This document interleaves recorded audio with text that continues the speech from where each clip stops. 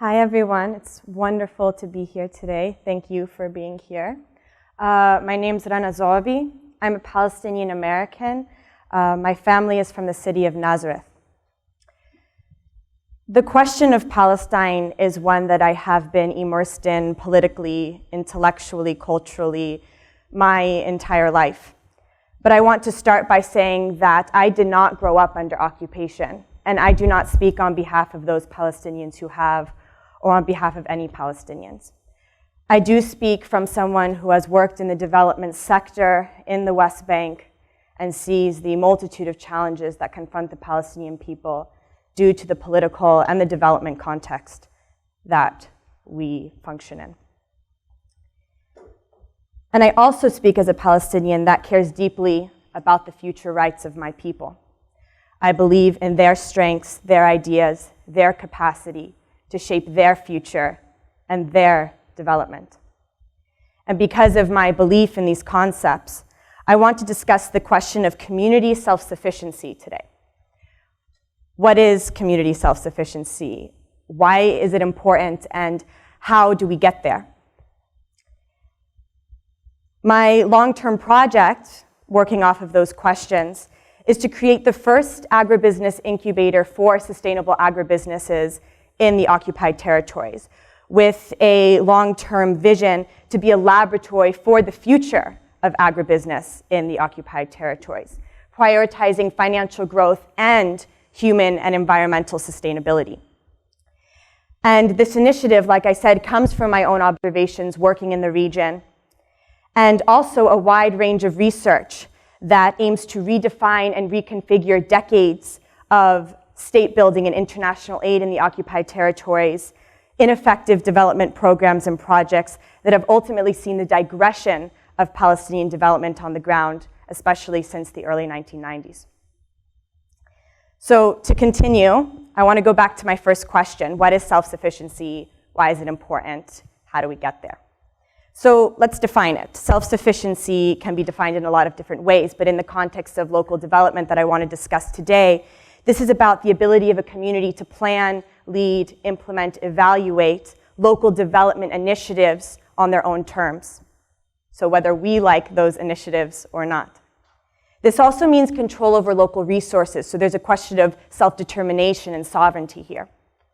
And it means that people do not rely exclusively on another state or another system for their local welfare. And it doesn't mean that we don't have diplomatic agreements or international partnerships. Actually, those are inherent to the question of self-sufficiency, but it means that we don't exclusively rely on those other states or systems in order to develop ourselves as people.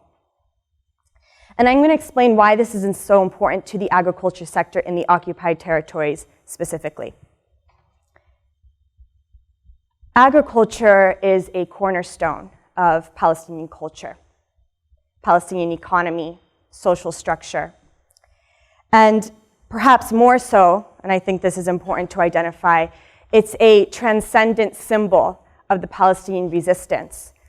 Mahmoud Darwish is a Palestinian poet who wrote a very famous line: "If the olive trees knew the hands that planted them, their oil would become tears."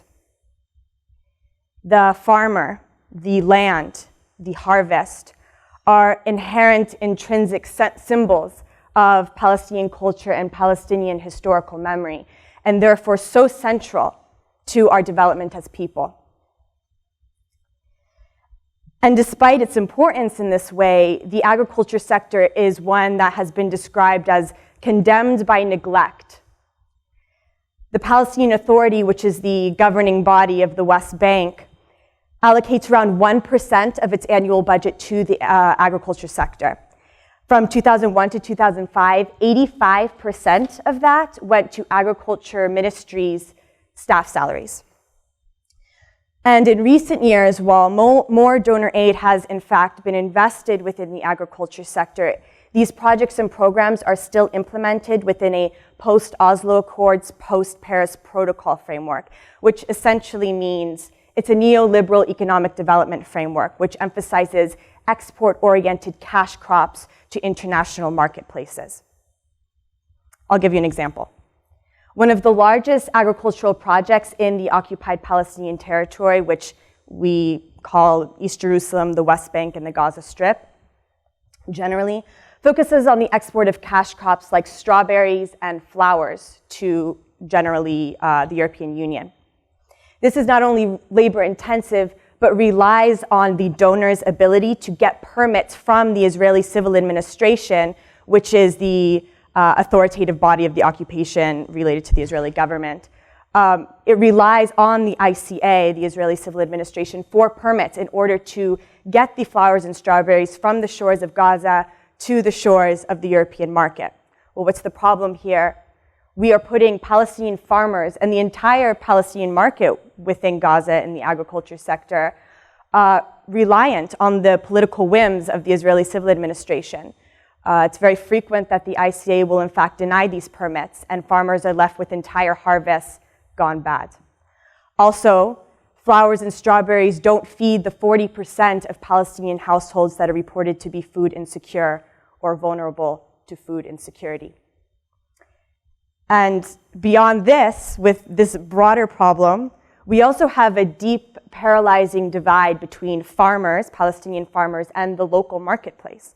So even though a farmer may produce enough to not only meet the needs of his family or her family, but also sell in the local marketplace, that person, that farmer, doesn't have the marketing capacity or the business plan to actually make that connection, reach consumers, reach local restaurants or stores, and actually sell his or her produce. There's also a limited supply of high-quality local agricultural inputs. So we're talking fertilizers, seeds, saplings. So Palestinian businesses don't supply the local inputs needed for farmers to buy what's needed to continue cultivating their land. Where do they get it? From the state of Israel. So they also rely on the open borders that are obviously very unstable in order to continue cultivating their land. And finally, farmers also deal with the struggles that all Palestinians deal with under occupation, which is increasingly less land and less water resources with which to use in order to continue growing their farms. So there's no replacement for assertive diplomatic action in support of Palestinian rights. These political moves must happen no matter what. But there are steps that can and should be taken to increase Palestinian economic self-sufficiency towards greater self-determination and ultimately liberation. And my proposed initiative is one tool, but not the only tool through which to achieve that. It's a dynamic process that involves many different things. Ultimately, billions of dollars in aid will never buy the Palestinian people their freedom. These rights must be demanded, they must be owned, they must be asserted. And building foundations for economic self-sufficiency is just one path towards that goal. And resistance is not a movement in and of itself, it's a beginning through which Palestinians in their liberation and in their self-determination and the realization of their rights can build their rightful place within the international community based on a common cause of human dignity, equality, and ultimately justice. Thank you.